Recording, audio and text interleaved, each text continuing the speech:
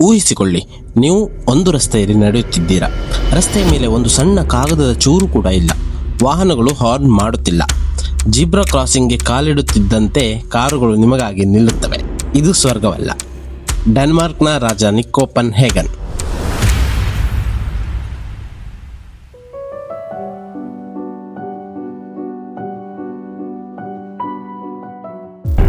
ಆದರೆ ಈಗ ನಮ್ಮ ಭಾರತದತ್ತ ಒಮ್ಮೆ ಕಣ್ಣಾಯಿಸಿ.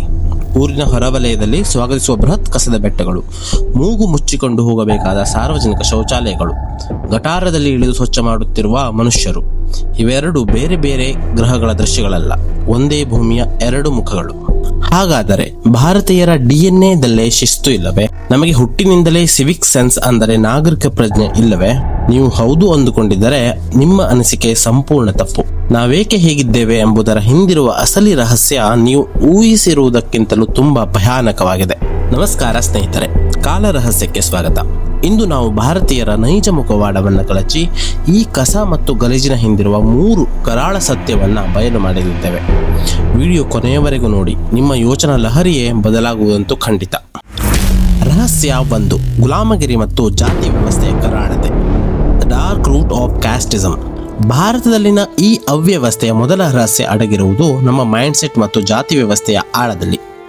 ವಿದೇಶಗಳಲ್ಲಿ ಒಬ್ಬ ವ್ಯಕ್ತಿ ತಮ್ಮ ಮನೆಯನ್ನು ತಾನೇ ಸ್ವಚ್ಛಗೊಳಿಸುತ್ತಾನೆ, ತನ್ನ ಕಸವನ್ನು ತಾನೇ ವಿಂಗಡಿಸುತ್ತಾನೆ. ಆದರೆ ಭಾರತದಲ್ಲಿ ನಾನು ದುಡ್ಡು ಕೊಟ್ಟಿದ್ದೇನೆ, ಕಸ ಗುಡಿಸಲು ಕೆಲಸದವರಿದ್ದಾರೆ ಎನ್ನುವ ಅಹಂಕಾರ. ನಾವು ನಮ್ಮ ಮನೆಯನ್ನು ದೇವಸ್ಥಾನದಂತೆ ಸ್ವಚ್ಛವಾಗಿಟ್ಟುಕೊಳ್ಳುತ್ತೇವೆ, ಆದರೆ ಕಸವನ್ನು ತಂದು ಪಕ್ಕದ ಖಾಲಿ ಸೈಟ್ಗೂ ರಸ್ತೆಗೂ ಎಸೆಯುತ್ತೇವೆ. ಯಾಕೆ ಗೊತ್ತಾ? ನೂರಾರು ವರ್ಷಗಳಿಂದ ನಮ್ಮ ಸಮಾಜ ಸ್ವಚ್ಛತೆ ಮಾಡುವುದನ್ನು ಒಂದು ನಿರ್ದಿಷ್ಟ ಜಾತಿಗೆ, ಕೆಳವರ್ಗಕ್ಕೆ ಸೀಮಿತಗೊಳಿಸಿದೆ.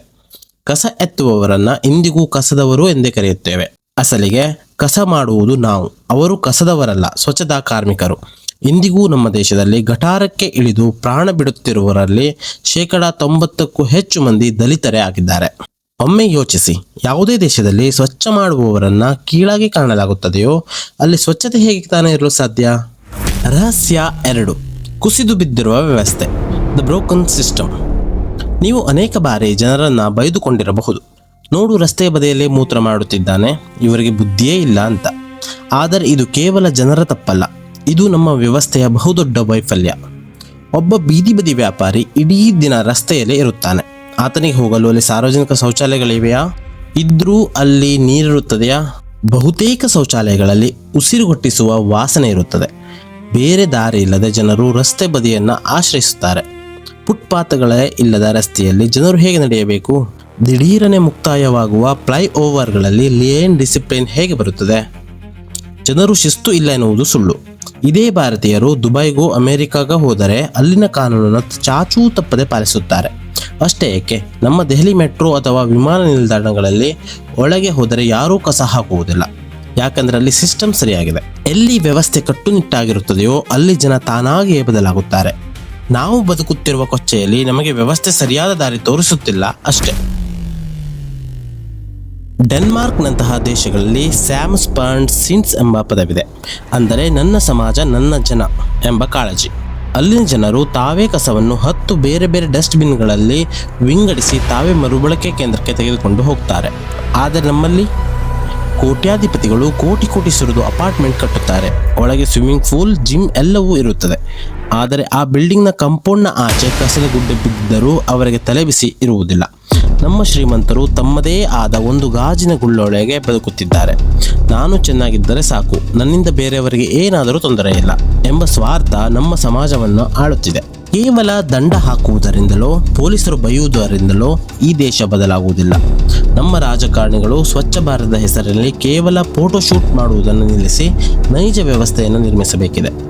ಶಾಲಾ ಹಂತದಿಂದಲೇ ಜಪಾನ್ ದೇಶದ ಮಾದರಿಯಲ್ಲಿ ಮಕ್ಕಳಿಗೆ ಶೌಚಾಲಯದ ಸ್ವಚ್ಛಗೊಳಿಸುವ, ಕಸ ವಿಂಗಡಿಸುವ ಪಾಠ ಕಲಿಸಬೇಕಿದೆ. ಅದೆಲ್ಲಕ್ಕಿಂತ ಹೆಚ್ಚಾಗಿ ಮುಂದಿನ ಬಾರಿ ನೀವು ರಸ್ತೆಯಲ್ಲಿ ಕಸ ಎಸೆಯುವ ಮುನ್ನ ಇದನ್ನು ಯಾವನೋ ಒಬ್ಬ ಬಡಪಾಯಿ ಬಂದು ಎತ್ತಬೇಕಲ್ಲ ಎಂಬ ಸಣ್ಣ ಸಹಾನುಭೂತಿ ನಿಮ್ಮಲ್ಲಿ ಮೂಡಿದರೆ ಅಂದೇ ನಿಜವಾದ ಬದಲಾವಣೆ ಶುರುವಾಗುತ್ತದೆ. ಆಫ್ರಿಕಾದ ರವಾಂಡಾದಂತಹ ಬಡ ದೇಶವೇ ವಿಶ್ವದ ಅತ್ಯಂತ ಸ್ವಚ್ಛ ದೇಶವಾಗಿ ಬದಲಾಗಿರುವಾಗ ನಾವೇಕೆ ಸಾಧ್ಯವಿಲ್ಲ? ಸ್ನೇಹಿತರೆ, ಈ ಕರಾಳ ಸತ್ಯದ ಬಗ್ಗೆ ನಿಮ್ಮ ಅನಿಸಿಕೆ ಏನು? ನಾವೆಲ್ಲರೂ ಬದಲಾಗುವ ಸಮಯ ಬಂದಿದೆಯಲ್ಲವೇ? ನಿಮ್ಮ ಪ್ರಾಮಾಣಿಕ ಅಭಿಪ್ರಾಯವನ್ನು ಕಮೆಂಟ್ ಮಾಡಿ ತಿಳಿಸಿ. ಈ ವಿಡಿಯೋ ಪ್ರತಿಯೊಬ್ಬ ಭಾರತೀಯನಿಗೂ ತಲುಪುವಂತೆ ಶೇರ್ ಮಾಡಿ. ಇದೇ ರೀತಿಯ ಮತ್ತಷ್ಟು ಬೆಚ್ಚಿ ಬೀಳಿಸುವ ಸತ್ಯಗಳಿಗಾಗಿ ಕಾಲ ರಹಸ್ಯ ಚಾನಲ್ಗೆ ಸಬ್ಸ್ಕ್ರೈಬ್ ಆಗಲು ಮರೆಯದಿರಿ. ಮುಂದಿನ ವಿಡಿಯೋದಲ್ಲಿ ಸಿಗೋಣ. ನಮಸ್ಕಾರ.